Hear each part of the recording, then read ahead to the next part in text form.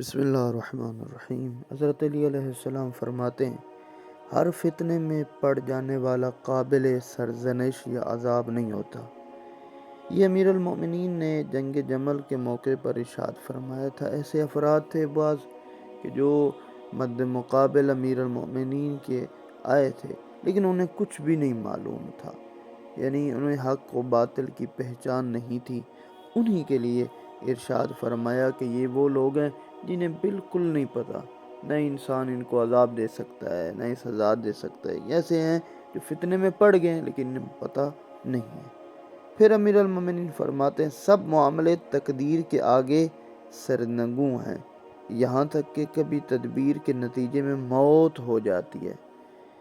پھر فرمایا پیغمبر اکرم کی حدیث کے متعلق کہ بڑھاپے کو خضاب کے ذریعے بدل دو، یہود سے مشابہت اختیار نہ کرو۔ آپ سے سوال کیا گیا تو آپ نے فرمایا، پیغمبر نے اس موقع پر ارشاد فرمایا تھا کہ جب کہ دین والے کم تھے، اور اب جب کہ اس کا دامن پھیل چکا ہے اور اسلام کی جڑیں مضبوط ہو چکی ہیں تو ہر شخص کو اختیار ہے۔ پھر فرماتے ہیں کہ ان لوگوں کے بارے میں کہ جو آپ کے ہمراہ ہو کر لڑنے سے کنارہ کش رہے، فرمایا ان لوگوں نے حق کو چھوڑ دیا اور باطل کی بھی نصرت نہیں کی۔